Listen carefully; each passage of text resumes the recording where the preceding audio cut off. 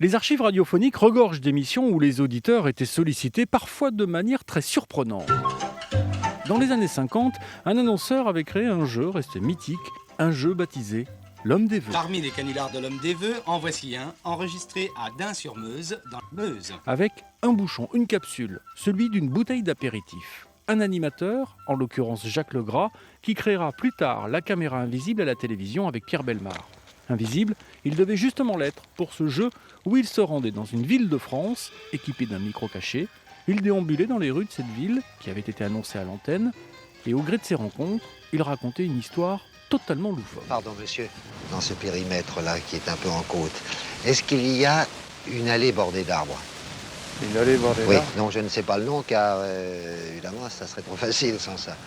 Mais des jeunes pousses, ce sont des arbres assez récemment plantés. Et j'ai fait tout le tour de cette région, je n'ai pas vu. L'auditeur rencontré sur place devait alors s'écrier « Mais vous êtes l'homme des vœux » et lui tendre une capsule de la fameuse bouteille d'apéritif.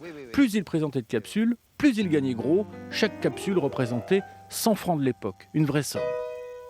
L'auditeur, piégé, récompensé, une nouvelle fois dans ce jeu baptisé « Paroles sans musique ». Nous sommes dans les années 60, en 1966 plus précisément, sur RTL. Le principe, entamer une conversation avec un kidam dans la rue, en alimentant la discussion avec et uniquement avec les paroles d'une chanson.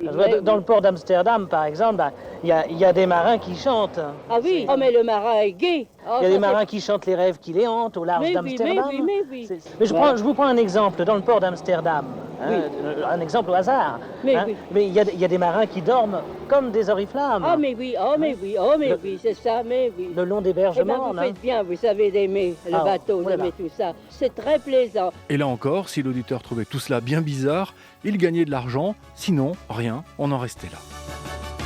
Le principe de l'auditeur inconnu, récompensé, atteindra son heure de gloire dans les années 80 jusqu'en 2000, avec 2 jeux de l'été. Le Kidam, tout d'abord, ça se passait sur le podium RTL, un auditeur devait se reconnaître car il était la star involontaire du jour. Cela nécessitait des mois de préparation. Un membre de l'équipe de la Grande Parade était chargé toute l'année de recruter des Kidam, des gens qu'il rencontrait dans la rue, évidemment sans dire qu'ils travaillaient pour RTL, et avec qui il sympathisait, et ces gens-là immanquablement lui racontaient leur vie. Muni de tous ces renseignements, RTL lançait l'été suivant le Kidam, cette question, cette affirmation. Tous les auditeurs de France étaient sollicités. Il s'agissait tout simplement de reconnaître la personne dont on parlait à l'antenne, de donner son nom, voire mieux, que l'auditeur se reconnaisse et appelle RTL. Ce jeu donnera naissance à un autre, le même quasiment, qui deviendra l'inconnu de 11h à l'animation. Fabrice. Je ne sais pas pourquoi, moi cette recherche, ce suspense, cette angoisse, ça me taraude l'essence. Moi. Des auditeurs qui appelaient. Henri ou Christiane vous donneront une indication précieuse sur le lieu de naissance de notre inconnu. Bah écoutez, je pense qu'elle est née à Rochefort. Enfin bref, il y a une bonne réponse. Eh bien, elle est née à Rochefort. Bah oui. Et parfois des auditeurs qui se reconnaissaient. Que se passe-t-il? Oui. Bonjour, vous seriez Catherine? Mais c'est ça. Bah, je vous confirme que vous avez gagné 3000 francs. Ben, c'est très gentil à vous. C'est magnifique ça. Oh là là, oui. Eh ben, c'est moi qui vous remercie. L'inconnu de 11h, ce sera d'ailleurs la dernière émission que Fabrice animera sur RTL. Nous étions en juillet 2000.